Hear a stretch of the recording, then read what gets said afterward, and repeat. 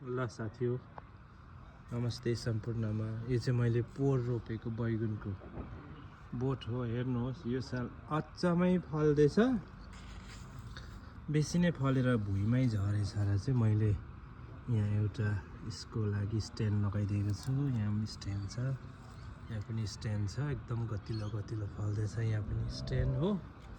यहाँ असै राम्रो मजाले फलेको छ।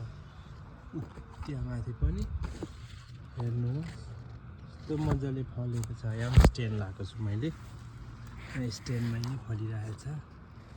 एकजना चाहिँ मजा छ। अन्त यता पनि फल्दैछ। मसिनोहरू यहाँ पनि स्ट्यान्ड लगाइदिएको छु। यता पनि फल्दैछ। यहाँ पनि स्ट्यान्ड लगाएको छु।